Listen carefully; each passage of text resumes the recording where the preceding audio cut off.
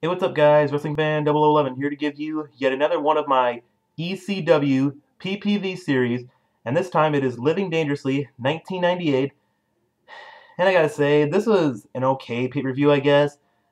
A little disappointing in the main event, but it was okay, I guess. I just expected way, way more.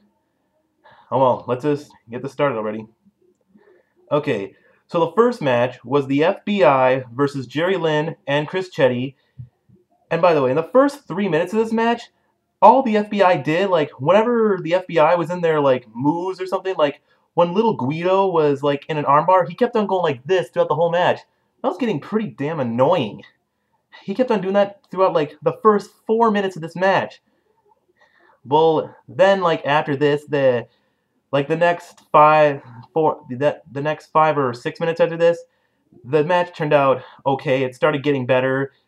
But then it only went to like probably 6 minutes, and then Jerry Lynn got like hit the German suplex on little Guido. I think that was him. Yeah, I think it was on little Guido. And then Jerry Lynn and Chris Chetti won the match. Not a great opener. Kind of annoying with all that stuff the FBI was doing like that. So I'm just gonna rate this 2.25 stars. All right.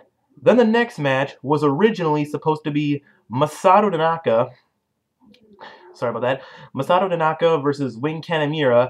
But then Lance Wright came out because he had like a contract for Wing Kanemaru, and he said Wing Kanemaru couldn't make it to the show. He told him to stay in Japan, and the guy who substituted for Wing Kanemaru was Doug Furnas. So then he took on Masato Tanaka, and the match was good, I guess. We did see like some good fast-paced action from Masato Tanaka. It was just really short. I mean, it was only like probably 7 minutes or something. And, well, like I said, we did see some great action from Masato Tanaka. But then the ending came where Doug Furnas was going to go for a Hurricane Rana, which he did like in the first time, by the way. He was going to go for another Hurricane Rana, but then Masato Tanaka reversed it, and then he hit that with a roaring elbow, and he won. And then after the match, Lance Wright was telling him that he was never going to... I mean, Lance Wright was telling Doug Furnas that he was never going to make it into the WWE or something. And then Doug Furnas knocked Lance Wright down. Then he went to the outside and grabbed an ECW shirt. And then he said to the microphone, he said, "You can tell Vince to kiss my ass goodbye." And then he put on the ECW shirt, and then he joined ECW. All right. And then the next match was Rob Van Dam versus Cold Scorpio. And this was a good match. We saw some, I mean, this was kind of like Rob Van Dam versus Jerry Lynn, like their series in ECW. This was like really good. We saw like this really great part where Rob Van Dam was doing like some kind of mercy thing where he was trying to pin him to the ground, and then Cold Scorpio pushed him up and then did a monkey flip, and then they were connected together like on the ground with their hands, and then he did like some kind of backwards flip or something, and then they went up again, and then Cold Scorpio did a Hurricane Rana. That was really awesome. And like I said, we saw some really great spots in this match, but then the ending came out of nowhere where Rob Van Dam flipped him into the ropes or something, and then Rob Van Dam hit a inside cradle and then got the victory. I mean, this is a good match, but I just wish they would have gotten like a little longer. These guys look like they could have gotten like maybe 5 or 6 minutes more. If they would have gone that longer, it would have definitely been like really great and all. I just was expecting a really great match. Yeah. And then after the match, Rob Van Dam, he was going to shake Cold Scorpio's hand, but he kept on mocking him, saying that he won and all. And then Cold Scorpio told Rob Van Dam to shake his hand, which Rob Van Dam did. And then Cold Scorpio attacked Rob Van Dam, which was kind of surprising because I thought that Rob Van Dam was going to attack Cold Scorpio since he was the heel and all. And then Sabu came out for Rob Van Dam's aid. And then the Sandman came out, and, well, then they cleared the ring and all. And they did this really bad botch. Like, they set up a table, and then, well, the Sandman was going to go for, like, some kind of Hurricane Rana, or maybe the Frankensteiner they call, through the table on Sabu. And then, like, the Sabu hit the end of the table, and, like, the end of the table just broke out of there, and that was a really bad botch right there. I think he, like, maybe... Yeah. So, anyways,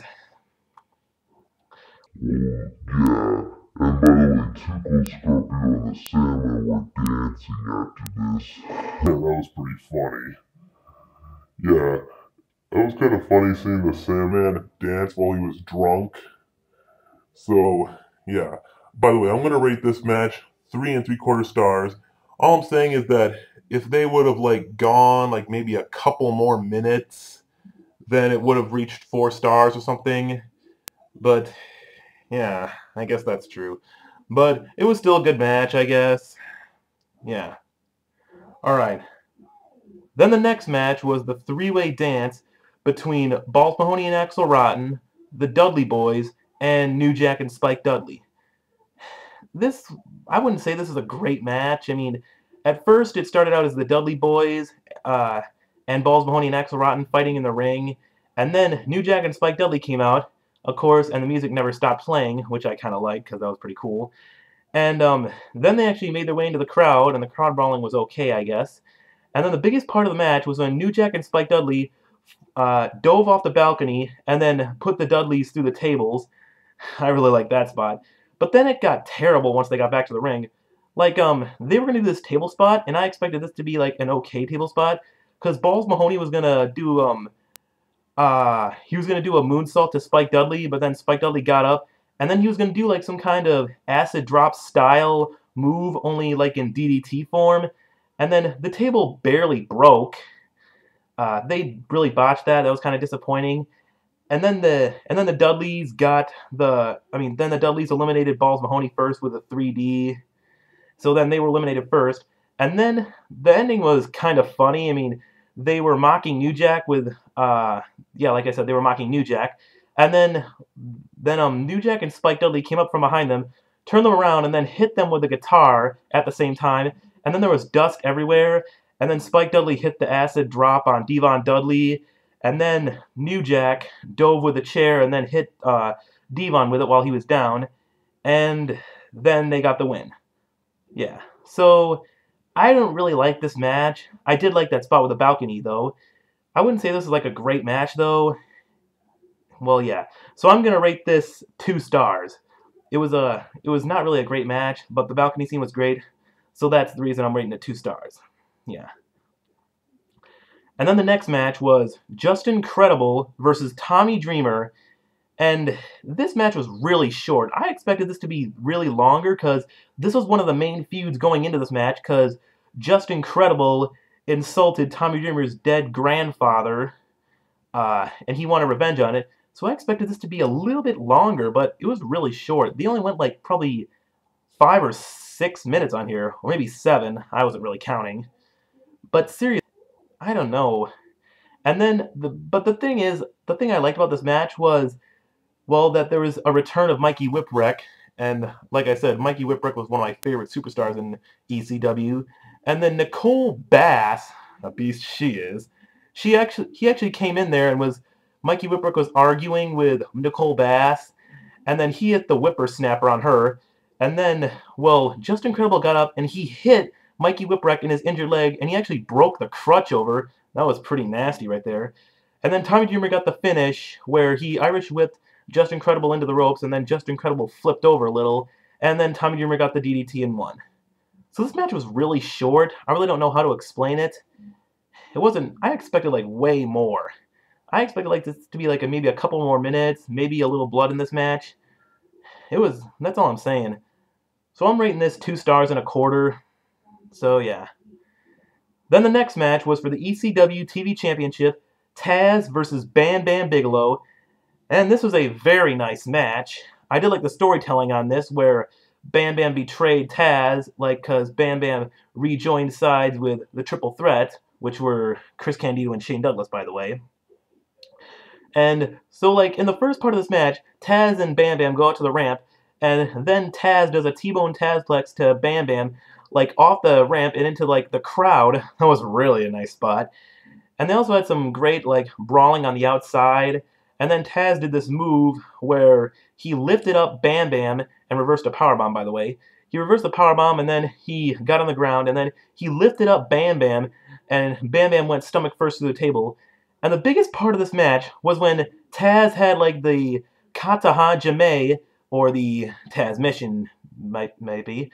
And then Bam Bam was tapping at first, but it was behind John Finnegan's back. And then Bam Bam just threw himself backwards, and then they both went through the ring. And when that happened, the entire crowd was standing up. They were like really in shock after this. So was Joey Styles on the mic. And then they laid in that hole for probably a good 25 seconds or something. And then Bam Bam came out first, and then he pulled out Taz and got the victory. This was a very good match, I might add. We had a really great spot with a table and that side on the ramp. They had some great ringside brawling.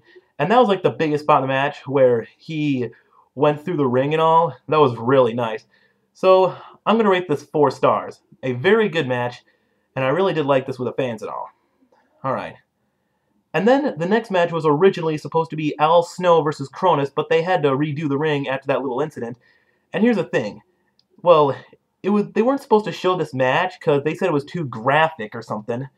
But it was Sabu versus the Sandman in a Dueling Canes match, and then Paul Heyman and Joey Styles were like getting in a fight about this.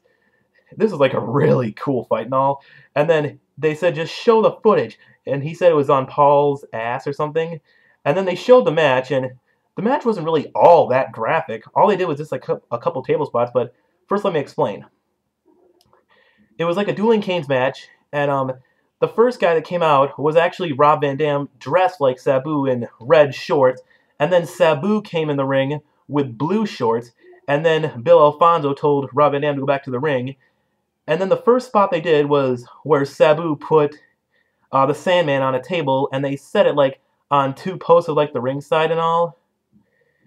And well, then Sabu dove off the top of the turnbuckle and then put the Sandman through the ring. That was pretty cool.